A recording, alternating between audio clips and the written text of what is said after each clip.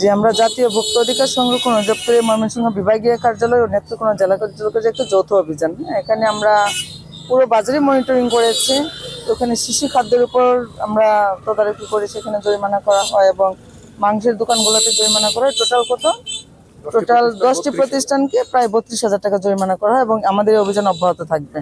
এবং প্রায় 60 থেকে 70 কেজির মতো মাংস, আমরা পচা মাংস জব্দ করেছি। আমরা মূল্য তালিকা নেই এবং শিশু খাদ্যের ব্যাপারটা যেটা দেখা দিলাম, রং মিশ্রিত এবং নকল পেলাম, স্যালাইন। তারপর মাংসের দোকানে পচা মাংস থেকে ফ্রিজিং করেছে, মূল্য তালিকা নেই, এরকম বিভিন্ন অপরাধে আমরা জরিমানা করেছি।